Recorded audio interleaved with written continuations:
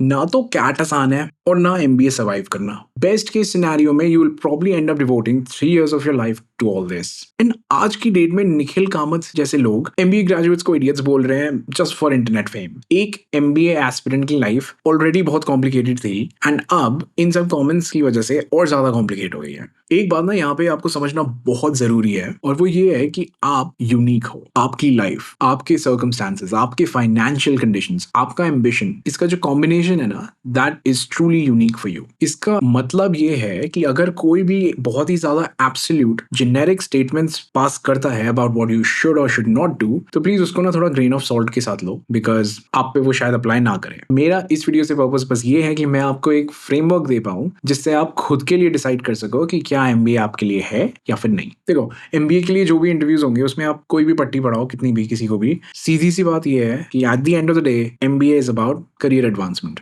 Right? बात and में आके पैसे और अपॉर्चुनिटी पे ही रुकती है ज्यादातर लोगों के लिए। तो यहीं से शुरू कर लेते हैं। आरओआई की बात कर लेते हैं पहले। For those who don't know, ROI stands for return on investment, क्योंकि फ्री में तो नहीं कर रहे यार एमबीए। तो यहाँ पे आरओआई के लिए ना इसमें कुछ वेरिएबल्स हैं। So the first variable is कि आप अभी कितना अर्न करते हो, या फिर मतलब अगर आप अंडरग्रेड बस आपकी होने वाली है तो what do you expect to earn approximately. So for example लिखो अभी जून में कितनी सैलरी आएगी, how will that grow over time. जून 2026 में कितनी है, 2027 में क्या एक्सपेक्ट करते हो, कितनी एनुअल हाइक एक्सपेक्ट करते हो। Have some ballpark figure and just write that down. और इस नंबर को 7-8 साल ना थोड़ा आगे भी ले जाओ। आपकी अपॉर्चुनिटी कॉस्ट जो है ना, वो आप इस टाइम फ्रेम में देखोगे, ये आपकी अपॉर्चुनिटी कॉस्ट है। This is the money that you will be leaving on the table अगर आप एमबीए करने जाते हो। सेकंड वेरिएबल यहाँ पे आता है एमबीए की कॉस्ट। टिपिकली सब कुछ मिला लोगे एंड आईएसबी जैसे कॉलेजेस को अगर छोड़ देते हैं, देन आपकी कॉस्ट 26 to 30 लाख के आसपास बैठेगी पूरे उसकी। एंड इसके लिए मोस्ट लाइकली आप लोन लोगे एंड उस पर ऑब्वियसली इंटरेस्ट भी लगेगा। अमाउंट ना बहुत बड़ा है ये,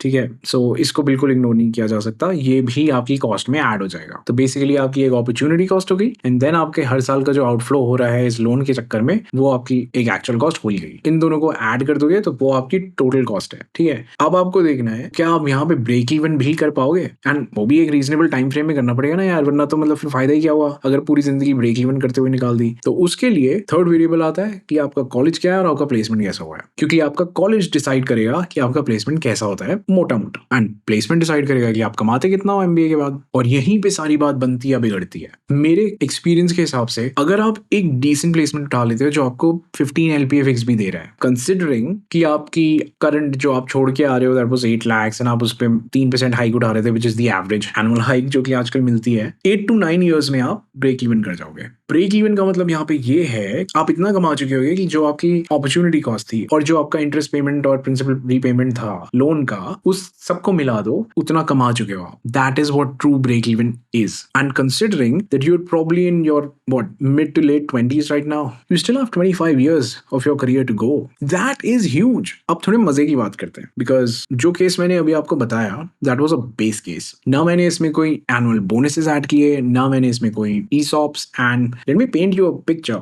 ESOPs actually get a bad rap because ज्यादातर जो तुम ESOP सुनते हो ना, वो धागड़ वाले अमाउंट्स वाले, वो यूजुअली स्टार्टअप्स के होते हैं which are not listed yet, जिनके ESOPs की अभी कोई वैल्यू नहीं है। लेकिन बहुत सारी कंपनीज हैं यार जिनके एक्चुअली स्टॉक्स लिस्टेड है, उन ESOPs की रियल वैल्यू है। आई मीन श्योर CTC और इन हैंड जो आपके पास एनुअल आता है उसमें डिफरेंसेस हो सकते हैं, but that ESOP is actual real money जो आपके हाथ में आता है। So I haven't considered that even यहाँ पे। And add to the fact कि 15 LPA fix was a base case, the reality is कि अगर आप एक ओल्ड IIM या फिर FMS, XLRI, so on and so forth से अच्छा प्लेसमेंट उठा लेते हो, your fix will be much higher than that. तो अगर सिर्फ मैथमेटिकल टर्म्स में, मनी टर्म्स में आपको ROI देखना है, then is MBA worth it? And यहीं पे कैच आता है। कैच इज कि आपको MBA एक रेप्यूटेड कॉलेज से करना पड़ेगा। So I am talking about old IIMs, XLRI, MDI Gurgaon, FMS, something like that. क्योंकि अगर प्लेसमेंट नहीं हुई, then you will just be left with a big debt on your books which you will have to pay. लेकिन एक बात और है, ज्यादातर लोग ना लेकिन MBA की बात जब करते हैं ना, वो यहीं पे खत्म कर देते हैं, दी एंड, चलो घर हो गया। लेकिन अब मैं जो बताऊंगा ना, वो आर्ग्यूबली ROI से भी ज्यादा इंपॉर्टेंट है। अगर वीडियो में यहाँ तक रुके हुए हो, देन डेफिनेटली कुछ तो पसंद आ रहा होगा। सो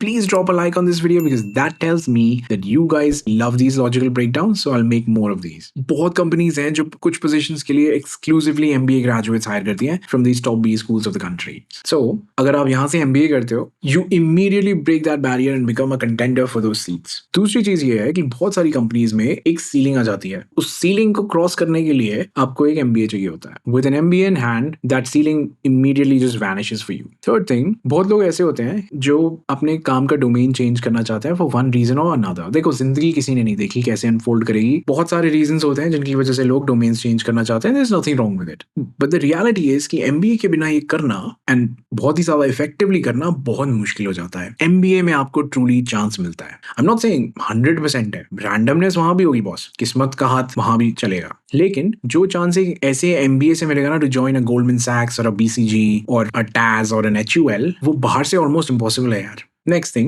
MBA is going to break you and then remake you different, better. You will come out a different person with a different personality, ready to take on the world. Personality building में it's an unparalleled experience. मैं ये नहीं कह रहा कि Indian MBA system में flaws नहीं है, हैं यार फ्लॉज हर जगह है। परफेक्ट तो हार्वर्ड भी नहीं है। मैं ये कह रहा हूँ कि अगर आप एक रेप्यूटेड बी स्कूल में घुस जाते हो और वहां से एमबीए करते हो तो वो एक्सपीरियंस आपको ऐसे ऐसे एस्पेक्ट्स में चेंज करता है जो कि आप अभी सोच भी नहीं सकते हो। लेकिन कैच बस इतना है कि ब्लाइंडली एमबीए के टैग के पीछे मत भागो। सिर्फ एमबीए के टैग की अनफॉर्चुनेटली कोई वैल्यू नहीं है। Don't settle for something subpar because most likely you will just end up wasting your money and your time. चाहे 2 साल लग जाए, 3 साल लग जाए, लगने दो। Don't settle for something subpar because उस डिसीजन से रिकवर करना ना थोड़ा ट्रिकी हो जाएगा, बिकॉज ना तो वहाँ प्लेसमेंट होगी, ना रेपुटेशन है उस कॉलेज की, ना उसकी कोई वैल्यू है, ना उसका एलुमनाई नेटवर्क इतना फ्लैश्ड आउट है। टफ हो जाएंगी चीजें। तो वर्डिक्ट क्या है? Is MBA from an old IIM और एन आईएफटी और एमडीआई गुड़गांव एक्सेलराई और something like that worth it? Yes, it is worth it.